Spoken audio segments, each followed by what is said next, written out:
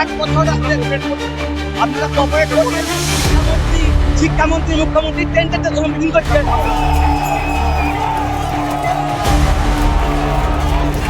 শিক্ষকদের বিকাশ ভবন অভিযানে ধুন্ধুমার, গেট ভেঙে ভিতরে ঢুকে পড়লেন চাকরিহারাদের একাংশ। অসুস্থ একাধিক শিক্ষক শিক্ষিকা। টানা অবস্থানের পর এবার 7 দফা দাবিতে বিকাশ ভবন ঘেরাও অভিযান শুরু করলেন চাকরিহারারা। শিক্ষকদের বিকাশ ভবন অভিযান ঘিরে ধুমধুমার। দুপুর 12টার সময় বিকাশ ভবন অভিযান ছিল যোগ্য শিক্ষক শিক্ষিকা অধিকার মঞ্চের, এবং এই বিকাশ ভবন অভিযানে বিকাশ ভবনের একেবারে গেটের সামনে শিক্ষক শিক্ষিকারা খঞ্জনি বাজিয়ে, কেউ বা ঢাক ঢোল কাসর বাজিয়ে এই বিক্ষোভ প্রদর্শন করেন। এবং উল্টো দিকে বিকাশ ভবনের যে মেন গেট রয়েছে সেই মেন গেট কিন্তু একেবারে ভেঙে ফেলা হয়েছে, এবং এখানে প্রচুর পরিমাণ পুলিশ কর্মী তারা মোতায়েন রয়েছে। বিধাননগর পুলিশ কমিশনারেটের আধিকারিকরা তারা রয়েছেন, এবং তারই সঙ্গে শিক্ষক শিক্ষিকা তারাও কিন্তু অন্যদিকে আছেন। টানা অবস্থানের পর এবার 7 দফা দাবিতে বিকাশ ভবন ঘেরাও অভিযান শুরু করলেন চাকরিহারারা। তাদের দাবি কোনো পরীক্ষা নয়, সরকারকে যথাযথ আইনি প্রক্রিয়ার মাধ্যমে সসম্মানে তাদের চাকরি ফিরিয়ে দিতে হবে। বৃহস্পতিবার দুপুরে বিকাশ ভবনের সামনে দেখা গেল এই উত্তপ্ত পরিস্থিতি। মেন গেট ভেঙে ভিতরে ঢুকে পড়লেন চাকরিহারাদের একাংশ। পুলিশের সঙ্গে বচসাতেও তারা জড়িয়ে পড়েন। এই মুহূর্তে চরম কিন্তু উত্তপ্ত পরিস্থিতি হয়ে রয়েছে বিকাশ ভবন।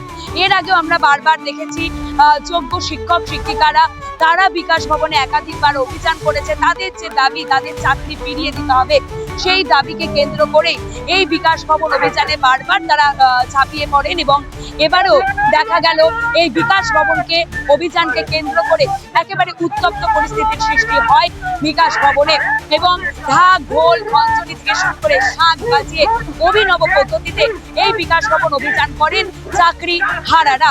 এবং আরেকটি বিষয় এখানে তাৎপর্যপূর্ণভাবে উঠে এসেছে, দৃষ্টিহীন যারা রয়েছেন, শারীরিকভাবে বিশেষভাবে যারা সক্ষম, তারাও এই বিকাশ ভবন অভিযানে সামিল হয়েছেন। যোগ্য শিক্ষক শিক্ষিকাদের পাশে এসে তারা দাঁড়িয়েছেন। সব মিলিয়ে বলতে গেলে দুপুর 12টার সময় এই বিকাশ ভবন অভিযানকে কেন্দ্র করে রীতিমতো উত্তপ্ত পরিস্থিতির সৃষ্টি হয় গোটা বিকাশ ভবন চত্বরে। সেই ছবি সরাসরি আপনারা দেখতে পাচ্ছেন চাচপাত 24 বাংলায়। সব মিলিয়ে এখনো পর্যন্ত বিকাশ ভবন চত্বর কিন্তু উত্তপ্ত হয়ে রয়েছে। তাদের দাবি কোনো পরীক্ষা নয়, সরকারকে যথাযথ আইনি প্রক্রিয়ার মাধ্যমে সসম্মানে তাদের চাকরি ফিরিয়ে দিতে হবে।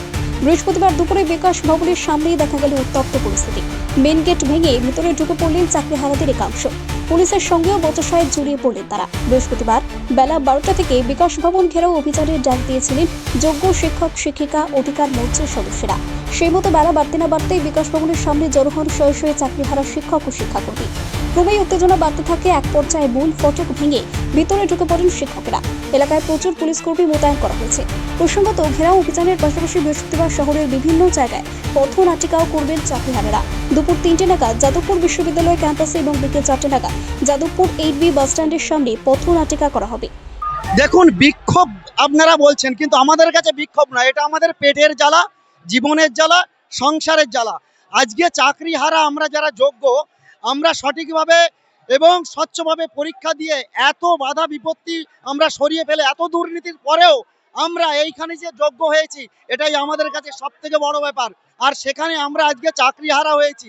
আজকে আমরা খাবো কি, পরবো কি, আমাদের ভবিষ্যৎ বলে কিছু নেই। সংসার আজকে সবাই মৃত্যুবরণ করেছি এক ডাকে। আজকে এক সুপ্রিম কোর্টের রায়ে এই সরকার দুর্নীতি করেছে, সুপ্রিম কোর্ট সেই দুর্নীতির বিচার করেনি, বিচার করেছে শুধু আমাদেরকে মানে একদম মেরে দিয়েছে, কিন্তু যারা দুর্নীতি করেছে তাদের এগেইনস্টে কোনো রকমের কোনো রায় দেয়নি। তাই এই বিচার ব্যবস্থাকেও আমরা ধিক্কার জানাই। আমার নাম খোকনলাল বিশ্বাস।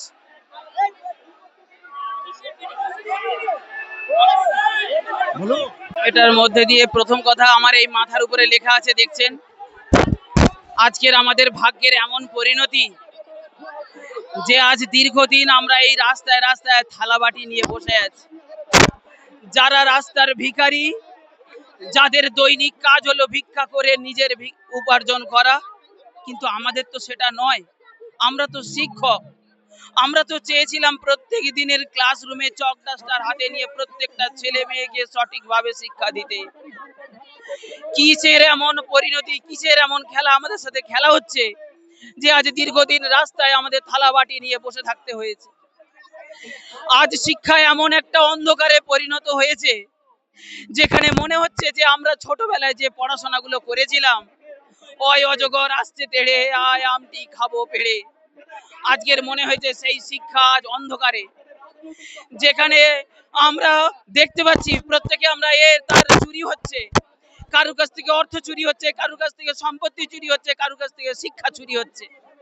আজকের মনে হয়েছে যে কাল লাগেনি সাপ আমাদেরকে যদি ছবল মারলে এর থেকে মনে হয় অনেক বেশি ভালো মনে হয় হতো, কিন্তু সেই ছবলের থেকে আজকে যে ভয়ঙ্কর ছবল আমরা খেয়েছি তাতে মনে হয় আমরা আরো অনেক বেশি জরাজীর্ণ ভাব। বিকাশ ভবনের গেট একেবারে আটকে রেখে আপনাদের এই আমরা 2016 সালের যোগ্য শিক্ষক।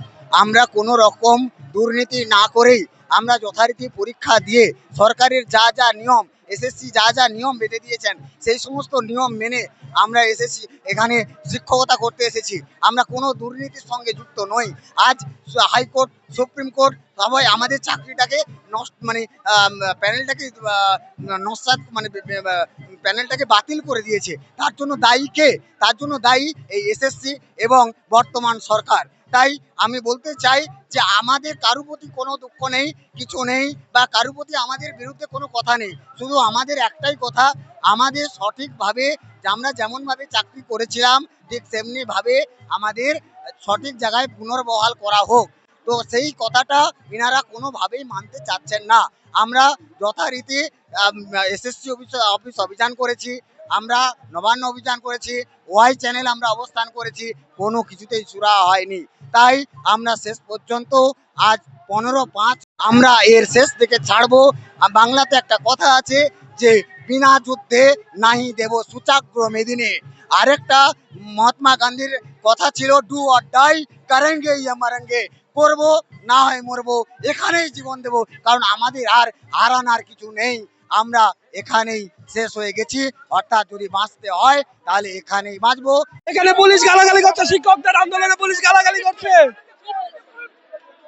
খুবই বাজে কথা, বলা যাবে না, এত গালাগাল করছে আমাদেরকে।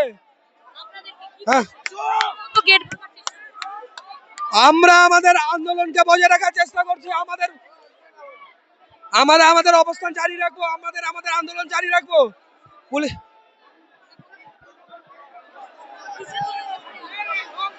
আমরা ন্যায্য পদ্ধতিতে চাকরি পেয়েছি, আমরা কাউকে কোনো রকম দুর্নীতির সাথে যুক্ত ছিলাম না। যদি আমাদেরকে প্রমাণ করতে পারে আমরা দুর্নীতির সাথে যুক্ত, তাহলে আমাদের চাকরি বহাল যদি না থাকে তাহলে আমরা কেন মনে করতাম না। আমাদেরকে প্রমাণ করুক আমরা অযোগ্য, দুর্নীতিগ্রস্ত, তারপর আমরা এই রায় মেনে নেব এবং সরকার আমাদেরকে যথোপযুক্ত কারণ দেখিয়ে বা আমাদের পক্ষে হয়ে কোর্টে কিছু সাবমিট করুক, তারপর আমরা এই আন্দোলন তুলে নেব। আজকে আমরা এসেছি মানে আমরা আসতে বাধ্য হয়েছি, কারণ এই যে যোগ্য শিক্ষক শিক্ষাকর্মীদের এই যে আন্দোলন, নিজেদের যোগ্য চাকরি ফিরে পাওয়ার এই যে আন্দোলন, এই ব্যাপারে 100রও বেশি দৃষ্টিহীন শিক্ষক তারাও আজকে চাকরি হারিয়েছেন। তাই আজকে সমস্ত যোগ্য শিক্ষক শিক্ষাকর্মীরা যাতে চাকরি ফিরে পায় এবং এই প্রতিবন্ধী শিক্ষকরাও যাতে চাকরি ফিরে পায়, এই দাবিতেই আমরা এখানে এসেছি। কোন সেটিং তত্ত্ব আমরা বিশ্বাস করি না। যত কিছু আলোচনা হবে, শিক্ষামন্ত্রী মুখ্যমন্ত্রীকে দ্রুত হস্তক্ষেপ করতে হবে, রিভিউ পিটিশন মেনশন করে দ্রুত পরীক্ষা স্থগিত করতে হবে। পরীক্ষা প্রহসন আমরা মানছি না। We the forum for pleading justice, এই ব্যানারে আমরা লড়াই মাঠে যেমন করব, সুপ্রিম কোর্টে দাঁড়িয়ে আমরা লড়াই দেব। ওএমআর তোমাকে পাবলিশ করতেই হবে। ওএমআর আমরা খুঁজে নেব। 9-10 ওএমআর পাবলিশ করা হয়েছে, 11-12 ওএমআর এখনো পাবলিশ হয়নি। হয় সিবিআই তথ্যকে মান্যতা দিতে হবে, হয় সিবিআই তথ্যকে মেনে নিয়ে আপনাদেরকে মান্যতা দিতেই হবে এসএসসি কে। এটাই আমাদের দাবি। গেট ভাঙার সময় এসে গেছে, আমাদের গেট দিয়ে রাখা যাবে না। যোগ্য শিক্ষকের পথে বসিয়ে দিয়েছে। আমরা এই লড়াই শেষ দেখে ছাড়বো এবং বিকাশ ভবনের আধিকারিকদের আমরা যোগ্য জবাব দেব। প্রায় 400, এক প্রাপ্ত তথ্য অনুযায়ী 455 জন প্রতিবন্ধী মানুষের চাকরি গেছে, তার মধ্যে শতাধিক দৃষ্টিহীন, যারা একজনও টেন্টেড বা দুর্নীতিগ্রস্তদের তালিকায় নাম নেই। এই পরিস্থিতিতে আমরা মনে করি যে এমনিতেই প্রতিবন্ধী মানুষ, তারা অসম্ভব মানে লড়াই করে তারা পড়াশোনা করেন, জীবনে প্রতিষ্ঠিত হন। আর এই ধরনের একটা অভিযোগ, কলঙ্ক তাদের জীবন যুদ্ধে অনেকটাই পরাজয়ের দিকে ঠেলে দেয়। এইটা একটা সামাজিক সংকট। এই সামাজিক সংকট থেকে আমাদেরকে প্রোটেকশন দিতে, নিরাপত্তা দিতে দুর্ভাগ্যজনকভাবে সরকার এবং আদালত সবাই ব্যর্থ হয়েছে। দেখুন, আমাদের হাতে আর কিছুই নেই। আমাদের চাকরি, যোগ্য পড়াশোনা করে পাওয়া চাকরি আজকে আমাদের কাছ থেকে কেড়ে নেওয়া হয়েছে। এই যে চক্রান্ত করা হয়েছে, এখন বলছে নতুন পরীক্ষা নেওয়ার সিস্টেম, সেখানে আমাদের মতন যারা 7 বছর পড়াশোনার সঙ্গে কোনো রকম ভাবে যুক্ত নই, তারা আজকে কিভাবে পরীক্ষা দেবো, কিভাবে পাশ করব? এই দুচক্রিকারী সরকার, তাদের অন্যায়ের বিরুদ্ধে আমাদের এই প্রতিবাদ। আমার নাম মলয় রায়। এরকম তো দেখুন, আমরা এতদিন ধরে এইভাবে রাস্তার মধ্যে বসে রয়েছি, আমাদেরকে আজকে পথে নামিয়ে দিয়েছে। আমরা কিভাবে কষ্ট করছি। আর বিকাশ ভবনের গেট আমি তো বলবো 100 বার ভালো হয়েছে যে ভেঙে দেওয়া হয়েছে। আজকে দেখুন তো রোদের মধ্যে এইভাবে থাকা, আজকে আমাদের চাকরির কোনো নিশ্চয়তা নেই। আমরা ভাতা দেওয়ার চেষ্টা করেছি, এটা কোনো কথাই নয়। আমরা আজকে তো কোনো সাদা খাতা দিইনি, আমরা নিজের যোগ্যতায় আমরা চাকরি পেয়েছি। তাহলে আজকের দিনে এরকম কেন হবে? অন্যরা দুর্নীতি করছে আর তাদের জন্য আমরা কেন শাস্তি পাবো? ভীষণই অসুস্থ হয়ে পড়েছে আমাদের একজন শিক্ষক, তাকে যেতে দিচ্ছে না বাইরে। নাম জানি না, আমরা নাম জানি না। মিডিয়া কি করলো? মিডিয়া বিশৃঙ্খলা বানাচ্ছে। এখানে কোনো বিশৃঙ্খলা দেখতে পাচ্ছেন? কোনো বিশৃঙ্খলা নেই। চলুন। এই কিছুক্ষণ আগেই একজন সাংবাদিককে নিগৃহীত হতে হয়েছে। কিসের সাংবাদিক? কোথাকার সাংবাদিক? টিভি 9-এর সাংবাদিক। টিভি 9-এর সাংবাদিক এখানে কি করছিল? সে কি করছিল আমার গাড়ির সামনে? সে তো কভার করতে এসেছিল আমাকে। চলুন, পেড নিউজ যা, মগির থেকে টাকা নিয়ে কর যা। দেখুন, তারা বলছে যোগ্য চাকরি প্রার্থী, কে যোগ্য কে অযোগ্য এটা তো মহামান্য সুপ্রিম কোর্ট বিচার করবে, তো আমি বিচার করব না। রাজ্য সরকার রিভিউ পিটিশনও দিয়েছে। মাননীয় মুখ্যমন্ত্রী যথেষ্ট ভাবে চাইছেন রিভিউ পিটিশনটা যেন খুব মানবিক ভাবে দেখা হয়। ওনারা আমায় দেখে ভেবেছেন হয়তো আমায় বললে ওনাদের কিছু কাজ হবে, বলেছেন, তাতে আমার কোনো দুঃখ নেই। কিন্তু রাস্তাটা বন্ধ করে দিয়ে এখানে পেশেন্ট যেতে পারছে না, এগুলো কি? আর তাদের চাকরি হারিয়েছে, আমরা তাদের সঙ্গে সহমর্মিতা। তার জন্য এটা নয় যে তারা অন্য সব মানুষকে, 10.5 কোটি মানুষকে ডিস্টার্ব করে দেবে। কিন্তু অভিযান চলছে, কিন্তু একটা রোড কেন তারা ব্লক করে শুয়ে পড়বেন? আপনার প্রশ্ন এখানে ছিল, সেই জায়গা থেকে তারা কিন্তু ক্ষোভে উপড়ে পড়ে। কি বলবেন? ক্ষোভ যেমনি চারপায়া তার তেমনি মুগুর। এখন একটাও লোক নেই, দেখুন, ডাকুন। একটা লোককেও আপনারা টেনে এনেও মিডিয়া সরাতে পারবেন না। দাদা এই রক্ত বেরোচ্ছে আপনাদের লোকজনদের আঘাতে। ভালো হয়েছে, খুব ভালো হয়েছে। আপনার বেরোয়নি তো? তাহলে যাবেন। ভালো হয়েছে, এটা করতে পারেন না।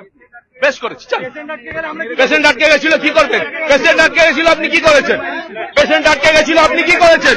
পেশেন্টকে আপনি রিলিজ করিয়েছেন। পেশেন্টকে আপনি রিলিজ করিয়েছেন। আপনারা পেশেন্ট পড়ে যান, তারপরে ওটা নিয়ে আপনারা ইয়ে করবেন। চলুন। একটা পেশেন্টের মৃত্যুর থেকে যদি একজনের রক্ত বেরোয় তাহলে সেটা নৈতিক অধিকার আমরা মনে করি।